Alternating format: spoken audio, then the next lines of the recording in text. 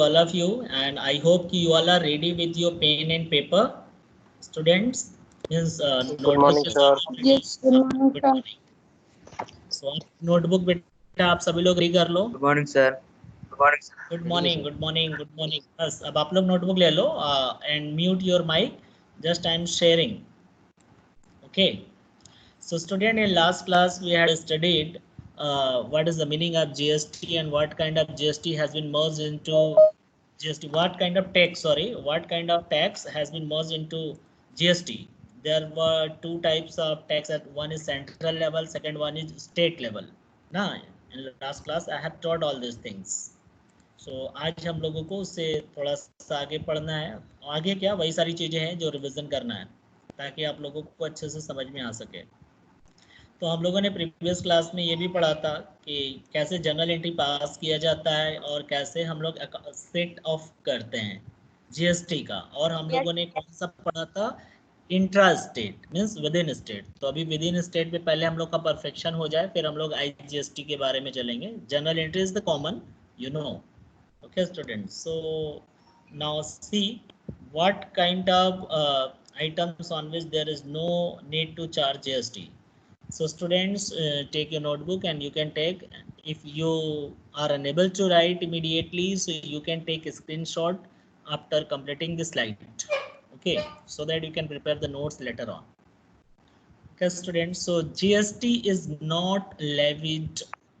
So earlier in class I have taught which items are exempted.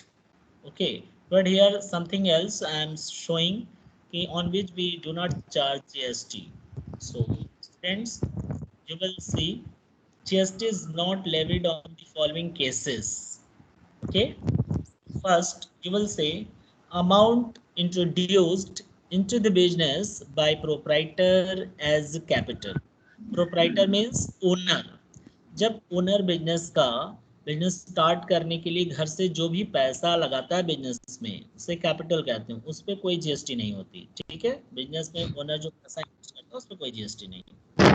Second, amount withdrawn by the proprietor for personal use. Okay, so for personal use के लिए जो amount withdraw किया जाता है उस पर भी कोई आपका जीएसटी नहीं चार्ज होता, क्योंकि पर्सनल यूज के लिए कौन विड्रॉ करता है? ओनर ना. तो ओनर जब बिजनेस में पैसा लगाता है तो उसे कैपिटल कहते हैं, और जब ओनर पैसा विड्रॉ करता है बिजनेस से पर्सनल यूज के लिए तो उसे हम लोग ड्राइंग कहते हैं. तो न तो कैपिटल पे जीएसटी लगता है न तो ड्राइंग पे जीएसटी चार्ज होता है. ठीक है स्टूडेंट्स, सो अब आते हैं third. Now amount deposited in bank.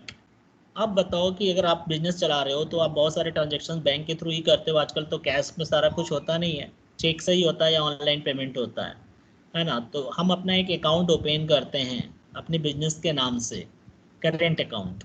Okay, और उसमें पैसा जमा करते हैं. तो जब बैंक में हम अपने बिजनेस के नाम से अकाउंट ओपन करके जब पैसा डिपॉजिट करते हैं तो उस पर कोई भी जीएसटी नहीं देना होता. ठीक है. Next, amount withdrawn from bank. So देखो दोनों ही है. जब बैंक में पैसा जमा करेंगे तो भी हमको जीएसटी नहीं चार्ज करना होगा, और जब अमाउंट विड्रॉ करेंगे बैंक से तो भी नहीं करना है GST. Okay. Next, amount paid to creditors and discount receipt. So no GST will be levied. क्योंकि देखो बेटा, अमाउंट पेड टू क्रेडिटर्स, जब हम क्रेडिटर से गुड्स खरीदेंगे तो उसी समय इनपुट जीएसटी के रूप में इंक्लूड हो गया होता है. तो दोबारा से पेमेंट करते टाइम जीएसटी नहीं देना होता ना, क्योंकि वो ऑलरेडी पेमेंट अमाउंट में जीएसटी इंक्लूड होता है. और discount receipt, amount receipt from creditors. Likewise जैसे क्रेडिटर है, when we sell goods on credit to our customer, so customer is known as debtors. तो आपको पता है कि जब कस्टमर को गुड्स सेल करेंगे तो उसी समय हम आउटपुट जीएसटी कलेक्ट कर लेते हैं और टोटल अमाउंट जोड़ करके उससे हम लेते हैं. तो जब भी कभी हमें वो डेटर पैसा देगा तो ऑलरेडी जीएसटी इंक्लूड होगा, हमें अलग से चार्ज करने की जरूरत नहीं है. Bad debts return of and bad debts recovered. तो यानी जो पैसा डूब जाता है उसे बैड डेब्ट्स कहते हैं, और जब डूबा हुआ पैसा वापस आ जाता है, मिल जाता है, तो उसे बैड डेब्ट्स रिकवर्ड कहते हैं. तो ऐसे इनकम और एक्सपेंसेस पे कोई अलग से जीएसटी नहीं लगाई जाती. ठीक है। Payment of wages and salary, you know wages और सैलरी पे भी जीएसटी नहीं, कल लास्ट क्लास में मैंने पढ़ाया था, एग्जेम्प्टेड है। Next, payment of electricity and water bill. So water bill, electricity, इन सारी चीज़ों पे भी नहीं, चूँकि गवर्नमेंट आइटम का है ये सारी चीज़ें। पेमेंट ऑफ ट्रैवलिंग एक्सपेंसेज, अलग से कोई जीएसटी पेमेंट करने की रिक्वायरमेंट नहीं है, जो हम पेमेंट करते हैं वो टोटल इंक्लूड होता है, इन सारी चीज़ों में जीएसटी ऑलरेडी इंक्लूड है। ओके स्टूडेंट्स, तो हम लोग चलते हैं। आई होप कि you all have taken this screenshot. Yes, sir. Yes, okay sir.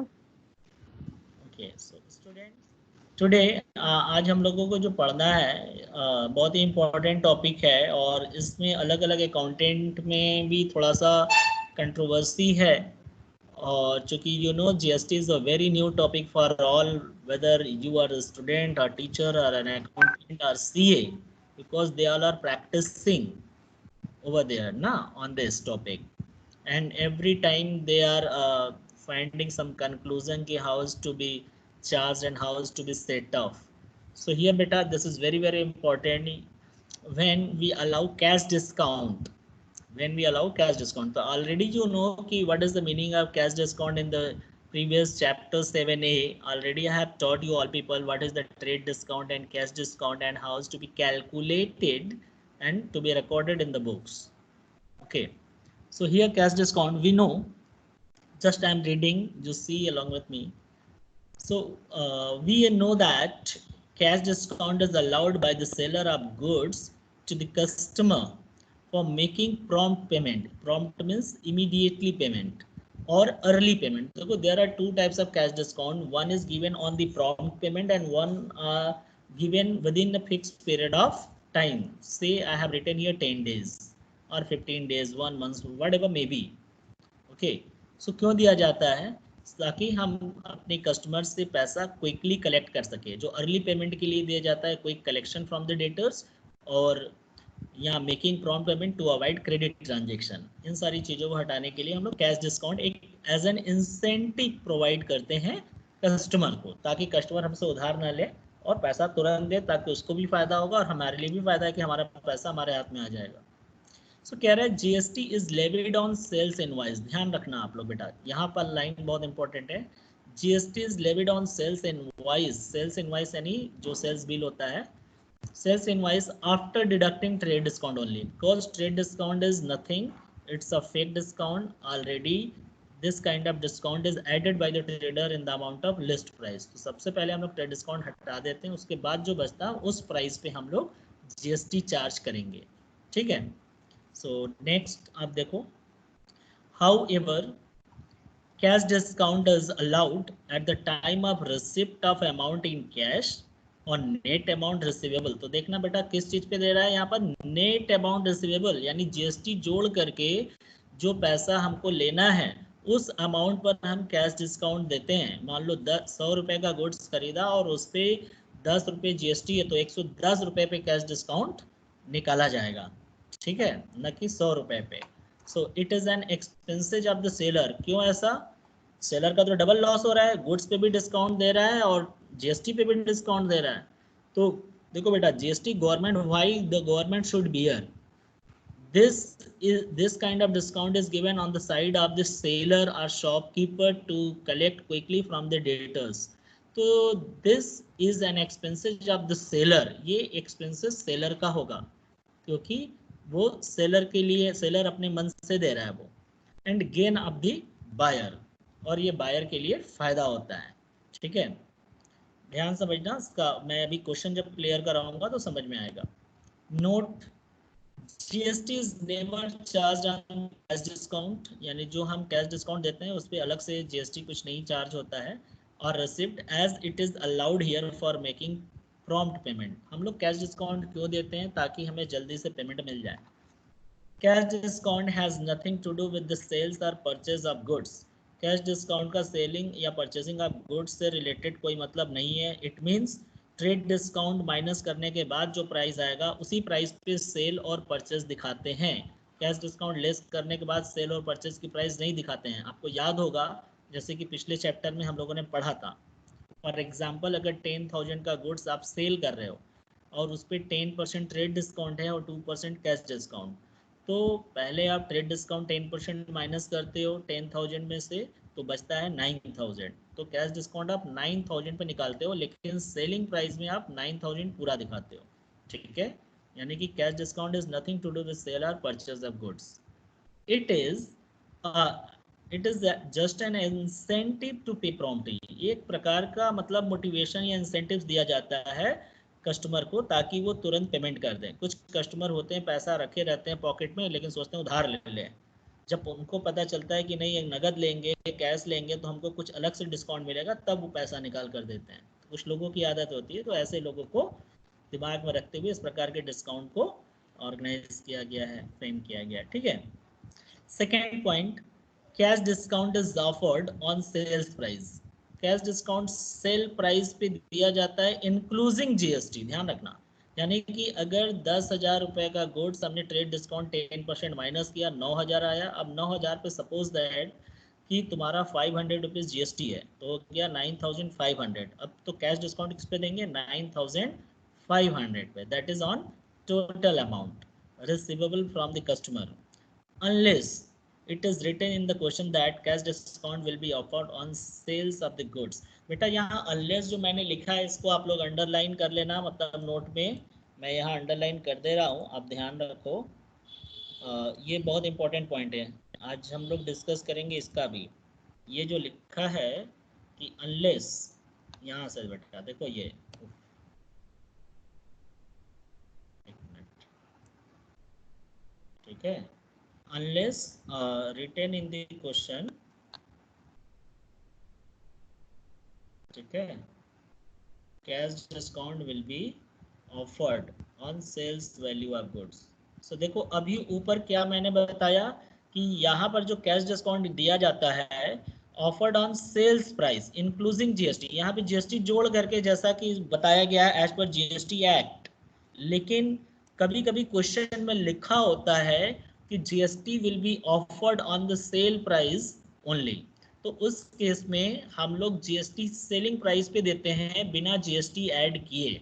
GST अलग से चार्ज करेंगे पूरा सेल प्राइस पे, लेकिन जो कैश डिस्काउंट देंगे वो जीएसटी जोड़ने के बाद वाले अमाउंट पे नहीं देंगे, जीएसटी ऐड करने से पहले जो अमाउंट होगा उस पर डिस्काउंट देते हैं। ये कब होगा, जब ये येलो वाला हाईलाइटेड जो मैंने किया है अगर ऐसा लिखा होगा तो होगा। क्या लिखा होगा, unless it is written in the question that cash discount will be offered on sales value of goods। Okay, ध्यान रखना। अब आगे कह रहा है ऑन डिसऑनर ऑफ चेक। अगर कभी आपने किसी को डिस्काउंट अलाउ किया हुआ है, कैश डिस्काउंट, ध्यान समझना, और अगले ने पेमेंट आपको चेक से किया है, और बैंक में जब आप चेक लेकर गए तो मालूम चला वो चेक डिसऑनर हो गया। डिसऑनर का मतलब बाउंस वर्ड सुना होगा आपने, चेक बाउंस हो जाना, बाउंस मानी रिटर्न आ जाना। तो डिसऑनर उसी को कहते हैं अकाउंटिंग लैंग्वेज में। तो अगर आपको पेमेंट किसी बंदे ने चेक से किया और आपने उसको कैश डिस्काउंट दे रखा है और बाद में मालूम चला कि वो चेक डिसऑनर हो गया, तो जो आपने कैश डिस्काउंट दिया था वो कैंसिल कर दिया जाएगा। ठीक है, यानी कि कैश डिस्काउंट अलाउड या रिसीव्ड है जो भी होगा, also reversed. Reversed means cancel. Okay, so take the screenshot of it. I hope you all have taken. Done, students? Yes, sir. Yes, sir. Yes, sir. Okay. So note number 4। अब देखो इसी चीज को और अच्छे से, क्योंकि हम लोग को जब कॉन्सेप्ट ही नहीं क्लियर रहेगा तो जनरल एंट्री क्या कर पाएंगे। सो यहाँ कहा जा रहा है बेटा, आप देखो आप लोगों के सामने लिखा है if both trade discount and cash discount are given in the question. अगर दोनों साथ साथ दिया है, अभी मैंने पढ़ाया उसी को मैंने आगे फिर से बता दिया, फिर से देख लो आप, दोनों साथ साथ दिया है तो GST will B charge after deducting trade discount, यानी पहले ट्रेड डिस्काउंट घटाएंगे फ्रॉम द इनवाइस, फिर उसके बाद जीएसटी चार्ज होता है। तो cash discount will be offered on the total amount. ध्यान रखना यहाँ क्या बता रहा है, cash discount will be offered on the total amount receivable और पेबल इंक्लूसिव ऑफ जीएसटी, जो भी पिछले स्लाइड में बताया। बट अनलेस जो मैंने अंडरलाइन किया है ये अदर एग्जेम्प्टेड फॉर्म हो गया। ये कह रहा है कि unless it is written that it will be offered on the sales value only, यानी अगर क्वेश्चन में लिखा है कि सेल्स वैल्यू पे जीएसटी चार्ज होगा तब तो हम बिना जीएसटी इंक्लूड किए कैश डिस्काउंट देंगे, अदरवाइज जीएसटी के साथ जोड़ने के बाद जो अमाउंट आएगा वो कैश डिस्काउंट देंगे, और दोनों में कैसे डिफरेंस होता है आज हम दोनों तरीका आप लोगों को बता देंगे ताकि आपको समझ में आ जाए।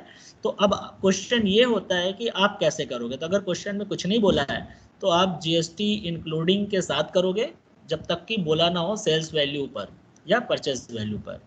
तो आपके बुक में ज़्यादातर जितना भी दिया होगा वो इंक्लूडिंग दिया है जीएसटी, ठीक है, एससी शर्मा में, तो ध्यान रखना इसका। सो यहाँ पर स्टूडेंट्स इम्पोर्टेंट नोट है, एज पर जीएसटी एक्ट। देखो यहाँ एक्ट में साफ साफ लिखा है, if cash discount is allowed by the seller at the time of making invoice, GST charged on the value after deducting both trade and cash discount।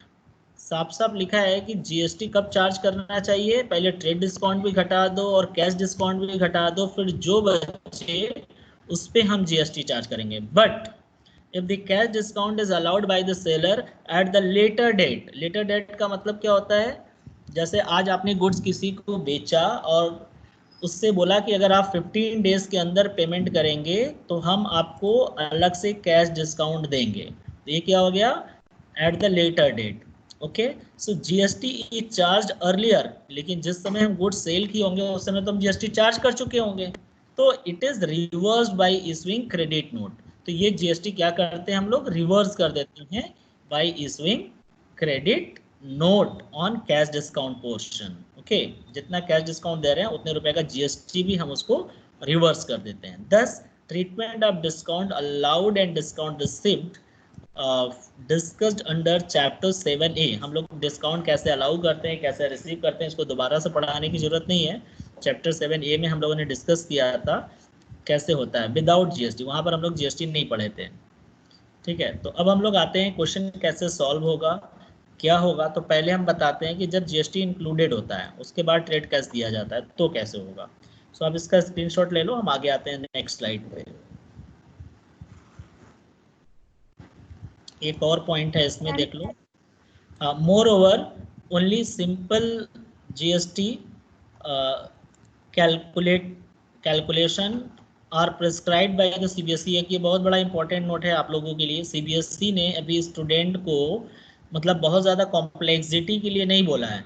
सो यहाँ पर बोल रहा है moreover only simple GST calculation are prescribed by the CBSE, so it is thought prudent that GST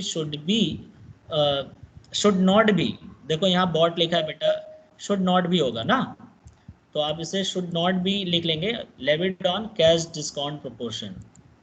तो just wait, someone more is adding. Okay बेटा time से join किया करो आप सभी लोग, देखो अभी को आ रहे हैं कोई, ठीक है।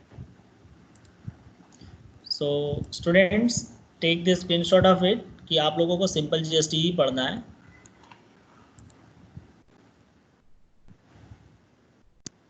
तो यहाँ पर बेटा सिंपल जीएसटी ये एग्जांपल है कुछ क्वेश्चन का, मैं जो बता रहा हूँ आपके बुक में दिया होगा। For example, bought goods from super store, super store is the name of shop ना, bought goods from superstore for ₹50,000 less 10% trade discount, okay, and 2% cash discount. GST was at the rate of 12%. GST क्या rate है यहाँ 12%। 12% means what? 6% CGST and 6% SGST. Okay, हम लोग half of कर लेंगे। Half of the payment was made by check, जिसका payment किससे किया गया है, चेक से। तो this is the question and now I am going to show you how to make solution of this question, you can understand. Okay students, so here you will say first you are buying the goods, तो goods आप खरीद रहे हो तो entry क्या होगा, goods आएगा तो उसको किस नाम से रिकॉर्ड करेंगे, परचेज अकाउंट डेबिट। ओके, सो परचेज अकाउंट डेबिट, अमाउंट अभी ध्यान नहीं देना है अमाउंट पे। जब आप परचेज करते हो तो उस पर आपको जीएसटी पे करना होता है ना स्टूडेंट्स। सो आप लिखोगे input C GST account debit और input S GST account debit, right. So आप दोनों जीएसटी क्या करोगे, पेमेंट करोगे। अब पेमेंट किससे कर रहे हो आप? चेक से, तो लिखेंगे टू बैंक। लेकिन ध्यान दो क्वेश्चन में लिखा है half of the amount was made by cheque, तो आप कैश डिस्काउंट किस अमाउंट पर दोगे? सिर्फ कैश पेमेंट पे, जितना आपको कैश मिला होगा चेक से, जो नहीं मिला उस पर नहीं देंगे। तो जो उधार खरीदा यानी 50% हमने कैश खरीदा और 50% ऑन क्रेडिट, तो जो कैश खरीदा उस पर डिस्काउंट होगा और जो 50% क्रेडिट है सुपर स्टोर, वो सुपर स्टोर का नाम लिख देंगे, उस पर कोई भी हम लोग डिस्काउंट कैश डिस्काउंट नहीं देंगे, सिर्फ ट्रेड डिस्काउंट। ओके स्टूडेंट्स, सो अब आप देखो कैसे कैलकुलेट किया जाता है इसका अमाउंट। सो अमाउंट कैलकुलेशन के लिए आप चेक करना, देखो 50,000 का गुड्स है, आप लोग के पास नोटबुक है, पेन है, आप फटाफट सॉल्व करेंगे। 50,000 का 10% पहले कैलकुलेट करेंगे तो कितना होगा? 5,000। सो 5,000 माइनस कर देंगे, क्योंकि ट्रेड डिस्काउंट है, पहले हम माइनस करते हैं, राइट। सो 50,000 माइनस 10%, यानी कि 5,000 माइनस करेंगे तो परचेस प्राइस कितनी हो गई? 45,000। देखो बेटा, यहाँ हम चाहे कुछ भी कैश डिस्काउंट दें, it doesn't matter, trade discount केवल घटाया जाता है लिस्ट प्राइस से, कैश डिस्काउंट कभी नहीं घटाते, because cash discount is nothing to do with the sale और परचेस प्राइस। सेलिंग और परचेसिंग प्राइस के साथ कैश डिस्काउंट से कोई रिलेशन नहीं, क्योंकि वो सेलर अपने मन से देता है अपने पर्सनल फ़ायदे के लिए कि उसका कलेक्शन हो जाए, इसलिए हमारा जो परचेस प्राइस होगा वो 45,000 ही होगा, इसमें से कैश डिस्काउंट नहीं घटाया जाता। पेमेंट भले ही हम कम करेंगे लेकिन हमारा परचेस प्राइस 45,000 ही होगा, ठीक है। ये हम पढ़ा चुके हैं 7th चैप्टर में।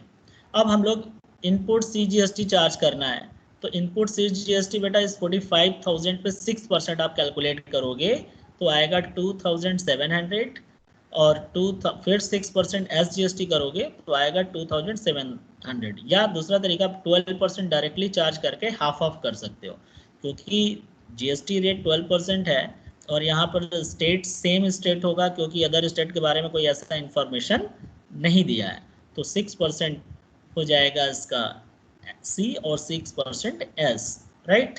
तो अब ये हो गया आपका टोटल 50,400। अब बताओ इसमें से कितना पेमेंट हुआ है?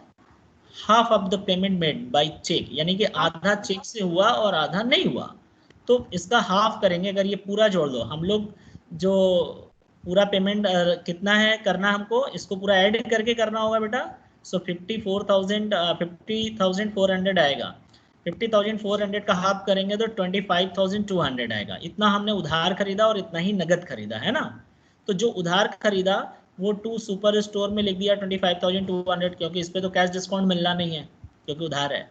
अब बाकी का जो बैलेंस होगा वो भी तो 25,200 ही होगा, तो उस 25,200 पे हम 2% GST कैलकुलेट करेंगे। तो देखो बेटा, यहाँ हम लोग GST किस पे कैलकुलेट कर रहे हैं, ठीक है, ध्यान रखना, सॉरी डिस्काउंट किस पे कैलकुलेट कर रहे हैं? GST इंक्लूड करने के बाद वाले प्राइस पे कैलकुलेट कर रहे हैं, है ना। अगर हम लोग हाफ इसका करते 45,000 का तो हमारा आता है 22,500, उस पर GST चार्ज करना चाहिए, सॉरी डिस्काउंट चार्ज करना चाहिए, लेकिन नहीं। क्वेश्चन में बोला है आपको एज पर CBSE गाइडलाइन कि आप लोग को सिंपल GST पढ़ना है, यानी कि उस अमाउंट पे कैश डिस्काउंट देंगे जबकि हम GST इंक्लूड कर चुके होंगे। तो GST इंक्लूड करने के बाद 50,400 आ रहा है, तो उसका हाफ उधार हो गया 25,200 और हाफ सेम अमाउंट आएगा 25,200, तो उस पर हम 2% निकालेंगे तो आएगा 504 रुपीज़, ठीक है। 504 रुपीज़ आपका ये हो जाएगा डिस्काउंट रिसीव्ड। तो पेमेंट कितना करेंगे? 25,200 रुपये में से 504 रुपये घटा दो तो आएगा 24,696। आपके पास पेन पेपर होगा, आप चेक कर सकते हो। ओके स्टूडेंट्स, सो यहाँ हाँ, तो आप देख लो कैश डिस्काउंट समझ में आया ना, कौन से प्राइस पे दिया, मतलब अमाउंट पेबल जो भी है परचेस प्लस GST, ठीक है। ओके, सो अब देखो बेटा यहाँ पर क्या है, ये एक क्वेश्चन दूसरा है जिसमें आप लोग को समझ में आएगा कि क्या डिफरेंसेस था उसमें और इसमें। तो यहाँ लिखा है record the following transaction in the books of Ravi and company Lucknow assuming all transaction have been entered within the state of Uttar Pradesh, मतलब सेम स्टेट में, charging CGST and SGST at 6% each means 6% C भी है और 6% S भी है, यानी total GST देखा जाए तो 12% है, ठीक है। तो इस क्वेश्चन को पहले हम लोग देखते हैं क्वेश्चन में है क्या। तब हम लोग समझ में आएगा कि क्वेश्चन अभी पिछला वाला जो सॉल्व किया ठीक उसी पैटर्न पे है या दूसरा वाला है। तो यहाँ पे लिखा है started business with cash ₹50,000 and cheque of ₹4 lakh. Now bought goods of the list price of ₹1 lakh from Gopal brothers, BROS dot means brothers, less 20% trade discount and 5% cash discount on purchase price। तो देखो cash discount किस पे देना है बेटा, यहाँ लिखा हुआ है, और देखो cash discount on purchase price, यानी कि यहाँ पर जीएसटी इंक्लूड करने के बाद कैश डिस्काउंट नहीं देंगे, जीएसटी इंक्लूड करने से पहले से ट्रेड डिस्काउंट घटाने के बाद जो प्राइस आएगा उस पे हमें डिस्काउंट देना है। ठीक है, तो ये ध्यान में पढ़ना है। अगर लिखा है साफ साफ सेल प्राइस या परचेस प्राइस पे डिस्काउंट देना है तब हम करेंगे। 60% of the amount was paid immediately by cheque. Okay, so next sold goods to Manoj and company of the list price ₹2 lakh less 15% trade discount and 4% cash discount on sale price. देखो यहाँ पर भी क्या लिखा है बेटा, सेल प्राइस लिखा है और परचेज प्राइस, यानी कि अमाउंट पेबल या रिसीवेबल पे नहीं देना है, जितने का परचेज या सेल कर रहे हैं ट्रेड डिस्काउंट घटाने के बाद उस अमाउंट पे निकालना है। ठीक है, उस अमाउंट पे और जितना प्रोपोर्शन हम कैश का ट्रांजेक्शन कर रहे हैं। And received 40% by cheque. Okay, next paid to Gauri Shankar 95,000 by check after deducting 5% cash discount. So who is Gauri Shankar? Might be someone. So paid to Gauri Shankar, हमने गौरी शंकर को पेमेंट किया। ठीक है, तो गौरी शंकर यहाँ कोई है नहीं ना, देखो आप नाम ऊपर गोपाल ब्रदर्स से आपने खरीदा और Manoj and company. So 5% discount के बाद हम इनको पेमेंट करेंगे बाई चेक आफ्टर डिडक्टिंग 5%। तो यानी कि 5% घटाने के बाद का ये अमाउंट है, ये 100% नहीं है, 95% है, याद रखना। फिर है electricity expenses paid by cheque for office 20,000 and for residence of proprietor 10,000। यानी कि इलेक्ट्रिसिटी एक्सपेंसेस जो ऑफिस के लिए पेड कर रहे हैं तो ऑफिस एक्सपेंसेस हुआ, लेकिन हम ओनर जो है प्रोप्राइटर अपने घर के घर में रहता है उसका इलेक्ट्रिसिटी भी इसी से पेमेंट कर दिया बिजनेस के पैसे से, तो वो ड्राइंग हो जाएगा। पेड सैलरीज बाय चेक तो एक्सपेंसेज है। दीनानाथ कोई हमारे कस्टमर हैं, डेटर, दीनानाथ है डेटर का मतलब हमारे कोई कस्टमर होंगे जिसके हमें 40,000 रुपया लेना था। Dinanath a debtor for ₹40,000 has become bankrupt, यानी इंसॉल्वेंट हो गए, and 25% is received from his estate by a cheque. तो देखो यहाँ बैड डेब्ट्स हो गया 75% और 25% मिला है, तो हमें तो कोई जीएसटी इस पे लगेगा नहीं, आज पहले ही मैंने बताया। withdrew from bank ₹60,000 for office use and 20,000 for personal use, right? अब है received by check for a bad debts written off last year ₹10,000. Sold goods costing ₹60,000 to Kishore against check at a profit of 25% on cost less 10% trade discount. Cash discount is allowed 2% on sale price. Here also sale price. In every transaction you can find the sale price or purchase price is written. Even I have written a separate note in rate font. The GST has offered on sale or purchase value only. Ignore adjustment and payment of GST। तो बेटा हर question में last में हमको GST set of करना होता है, लेकिन यहाँ हैशटैग बना के मैंने देखो लिखा हुआ है साफ साफ कि ignore adjustment and payment of GST, यानी आपको जीएसटी का जो सेटअप मैंने बताया था लास्ट क्लास में वो नहीं करना है, आपको सिर्फ इस क्वेश्चन में ये सीखना है कि कैसे हम जीएसटी चार्ज करते हैं। तो पिछला क्वेश्चन मैंने बताया जो सुपर स्टोर से खरीदा था वहाँ कुछ ऐसा नहीं बोला था, तो आपने देखा कि जो कैश डिस्काउंट कैलकुलेट किया वो जीएसटी इंक्लूड करने के बाद किया था, है ना। बट इस क्वेश्चन में क्या है, जीएसटी चार्ज करने से पहले ही हम लोग डिस्काउंट कैलकुलेट करेंगे। सो आप लोग नोटबुक रखे रहें ताकि आप लोग समझ सकें कि कैसे किया गया है। Okay, now let us move. Sir पिछला वाला स्लाइड एक बार और दिखा दीजिए। बेटा उसी समय ले लिया करो, एनिमेटेड है ना तो समय लगता है, ले लो। आ गया? नो सर, यही वाला स्लाइड ना? नो सर, पहले क्वेश्चन वाला, क्वेश्चन नंबर 1। पहले क्वेश्चन का तो बेटा बहुत समय लगता है पीछे जाने, ध्यान दिया करो, उसी समय बोल दिया करो, मैं रुक जाऊंगा। देखो इतना एनिमेटेड है ना तो टाइम लगेगा, रुको। यस, आ गया? Yes sir. हाँ आप ले लो, हाँ स्क्रीनशॉट ले लो इसका। Done? Yes sir. Okay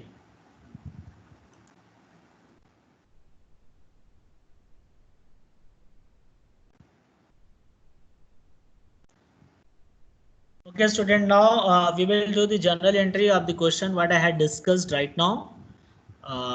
Just you can prepare the format of the journal entry, or you can take the screenshot after getting. So your first transaction was beta business started with cash rupees 50,000 and check of rupees 4 lakhs. So you people are as sitting here over here as an accountant, and your proprietor is someone else. So your proprietor is giving you cash 50,000 and deposited into bank 4 lakh. ठीक है, तो बेटा आपके पास पैसा आ रहा है 50,000 और 4 लाख कौन रिसीव कर रहा है? बैंक। तो बैंक पर्सनल अकाउंट है, कैश रियल अकाउंट है। तो रियल अकाउंट में जो आता है डेबिट और बैंक पर्सनल अकाउंट है, तो bank is receiver here, so bank account will be debit. और ये दोनों पैसा कौन दे रहा है आपको? ओनर दे रहा है, giver. So credit is the giver, यानी कैपिटल को क्रेडिट कर देंगे। ओनर का नाम की जगह हम लोग कैपिटल लिखते हैं जब पैसा वो इंट्रोड्यूस करता है। ठीक है, so cash account debit, bank account debit to capital account. Amount introduced in the business 4,50,000. Is it clear? It is a very simple journal entry. Already I have talked in the very first class when I have started journal entry. Okay. Next transaction you will find in your book कि you have purchased goods of rupees 1 lakh at 20% trade discount and 5% cash discount. Okay, and some amount you had paid. So have you written, have you question ना? Question आप लोग रखे हो अपने पास? Yes sir. हाँ, Yes, तो sir. बताइए कितना परसेंट पेमेंट हुआ है यहाँ पे? इस ट्रांजेक्शन पे कितना पेमेंट हुआ है?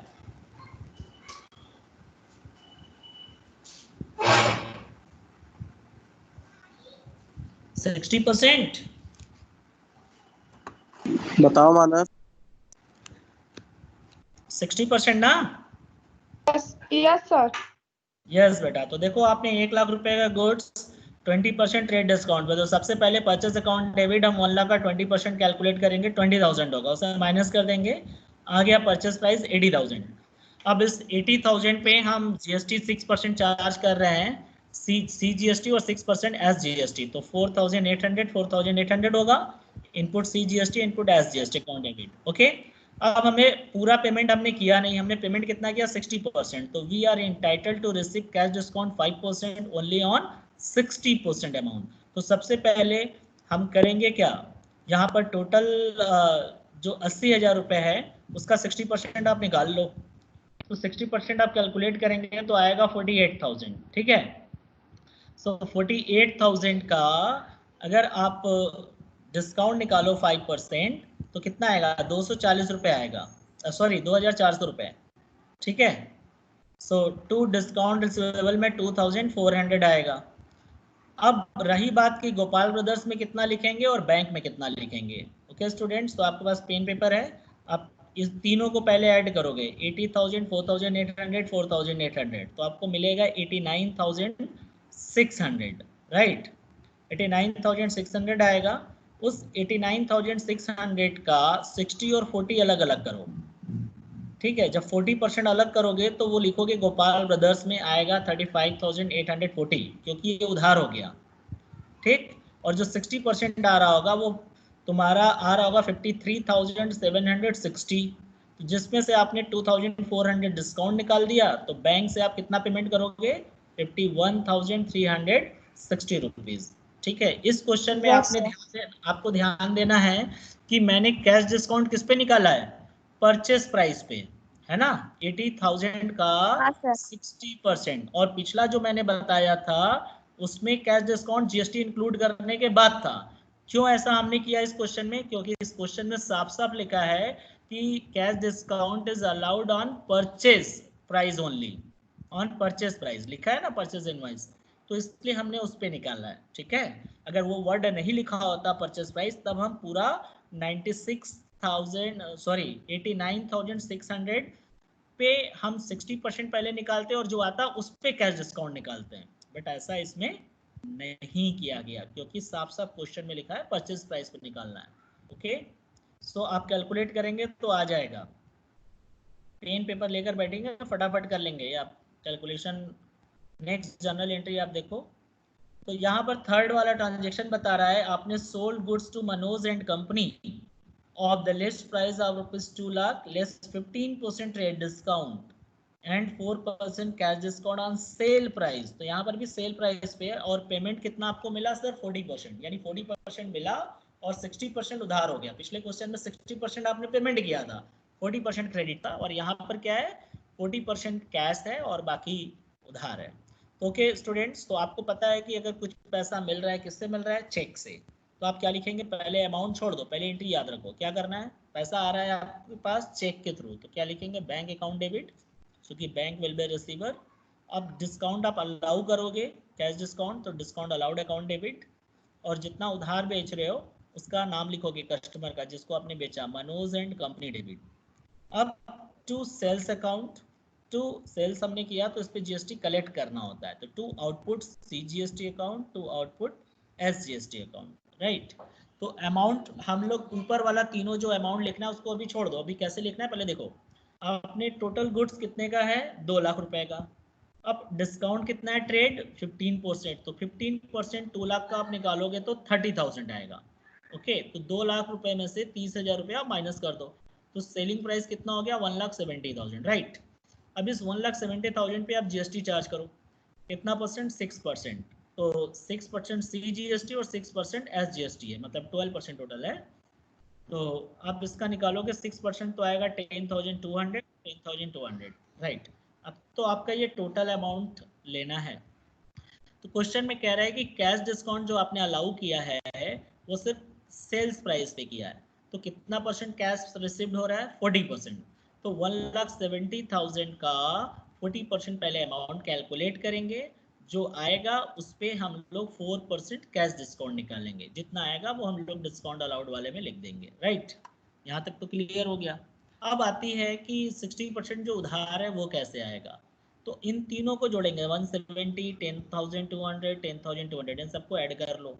ऐड करके जितना भी आया उसको 40 और 60 में डिवाइड करोगे, क्योंकि 40% नगद है और 60% उधार है। सो 40% अलग कर लो, 60 अलग, तो 60% वाला जो अमाउंट आएगा वो लिखेंगे मनोज एंड कंपनी में, क्योंकि वो उधार है, उस पर कोई कैश डिस्काउंट होगा नहीं।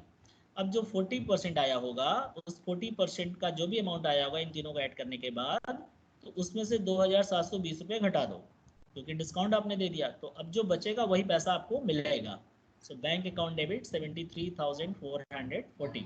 सो आप लोग इसको करते रहेंगे कॉपी पर जैसे जैसे मैं बता रहा हूँ।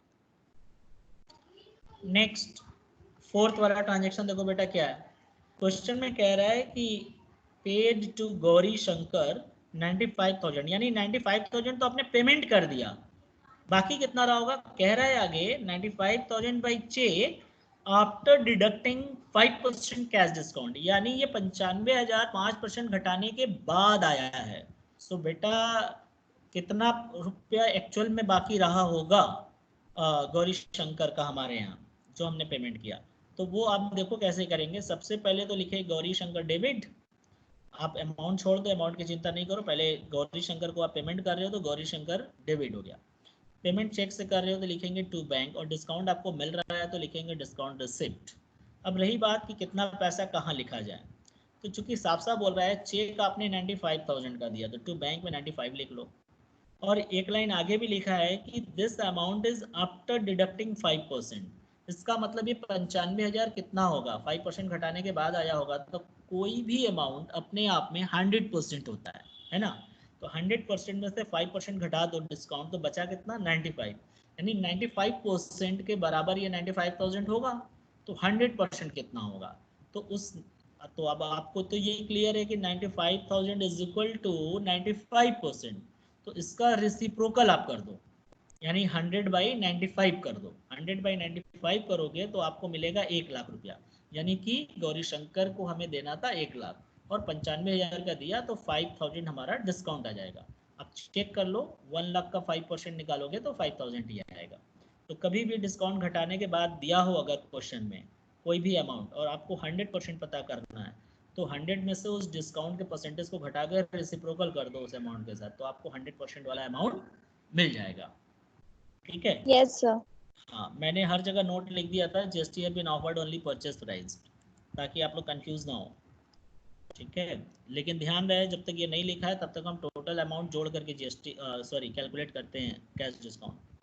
सो अब आते हैं फिफ्थ ट्रांजेक्शन। बेटा देखो आप लोग, पांचवा ट्रांजेक्शन कह रहा है electricity expenses paid by cheque. आपने चेक से पेमेंट किया, ठीक है, ये तो बात समझ में आ गई कि चेक से दिया, लेकिन कह रहा है कि जो इलेक्ट्रिसिटी बिल था फॉर ऑफिस के लिए 20,000 रुपये था, और हमारे रेसिडेंस ओनर का घर का बिजली का बिल 10,000 था। तो दोनों पैसा अपने बिजनेस के बैंक अकाउंट से पेमेंट कर दिया। तो जो बिजनेस का खर्च है उसे तो हम इलेक्ट्रिसिटी एक्सपेंसेस के नाम से दिखाएंगे, क्योंकि बिजनेस का एक्सपेंसेस है, नॉमिनल अकाउंट है, नॉमिनल अकाउंट के अकॉर्डिंग एक्सपेंसेस को डेबिट करते हैं। ठीक है, लेकिन ओनर का पर्सनल एक्सपेंसेस बिजनेस के पैसे से किया है तो वो ड्राइंग होता है। ड्राइंग हमेशा, ड्राइंग चूंकि पर्सनल अकाउंट है, डेबिट इज द रिसीवर, तो ओनर रिसीव कर रहा है ये पैसा बिजनेस में से अपने घर के खर्च के लिए। सो ड्राइंग अकाउंट डेबिट होगा, ड्राइंग ऑलवेज डेबिट होता है, याद रखो। पेमेंट कौन कर रहा है? Bank. Bank is also personal account, bank is the giver. याद रखो, पैसा जाएगा तो क्रेडिट ही होता है, तो bank account. So total bank से आपके माइनस हुआ 30,000। Okay, electricity paid for the office and residence of the proprietor. Right, अब आते हैं नेक्स्ट 6 ट्रांजेक्शन। आप देखो लिखा है पेड सैलरीज बाय चेक 25,000, तो आप क्या लिखेंगे? Salaries account debit to bank account 25,000। Okay, और देखो यहाँ पर जो नरेशन है बाय मिस्टेक वो गलती से लिखा रह गया, उसको हमें हटाना है। सो आप उस पर ध्यान नहीं देंगे। ये जो नरेशन है गुड्स वाला, इसको आप हटा देंगे। यहाँ लिखेंगे सैलरीज पेड बाय चेक, आप लोग लिख लेंगे salaries paid by cheque. Okay, अब है नेक्स्ट 7 ट्रांजेक्शन। 7 पे लिखा है, Excuse me, sir. यस बेटा। सर फिफ्थ वाला समझ नहीं आया।